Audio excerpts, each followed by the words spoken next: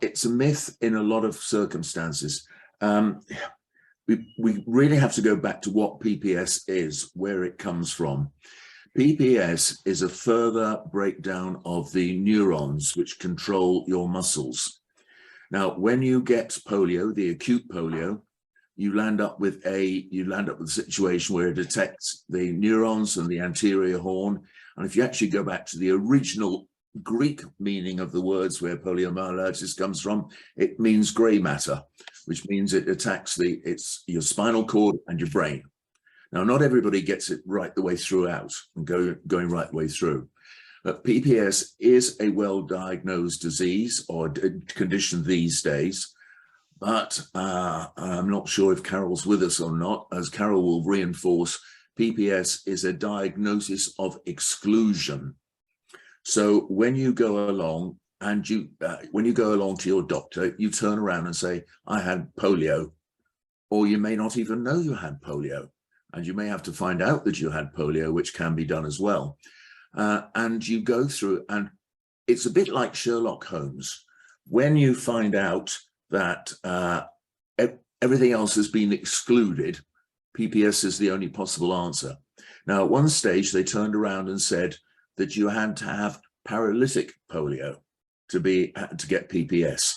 That is not actually the case these days. There are people who have had, and are being diagnosed now, who have had what was called, and what is called, asymptomatic polio.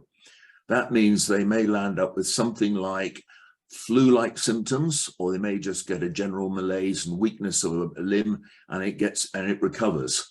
There are many cases being diagnosed these days in Europe, and there is a study undergoing in the Karolinska Institute in Stockholm, where they are looking at siblings of people with paralytic polio, and they are actually taking tests on them, and they're actually going through, and they're discovering that some of these siblings who showed no signs of paralytic polio had asymptomatic polio and are now developing PPS. The other thing for your information is that the World Health Organization has actually recognized post-polio syndrome. I can't remember its brand new derivation, but it was called ICD-10-G14. ICD-10 stood for the International Classification of Diseases, and G14 was the actual category that it came under. And polio in the ICD books is the only condition which has 3 entries: acute poliomyelitis, then polio sequelae, or basically what you and I would call the plateau phase, and then post-polio syndrome. So it's not a myth. And if your doctor says it's a myth, you want to sort of refer them back to their books and say to them that, it's under this classification, it's been done. And we get many cases turning around and saying it, and I land up giving them the answer. There's the classification, there it is, there's the link, tell them to go and have a look. And it goes from there. And we have to educate doctors who deny. There are also countries who deny as well. For a long time, Spain, for example, denied that post-polio syndrome existed.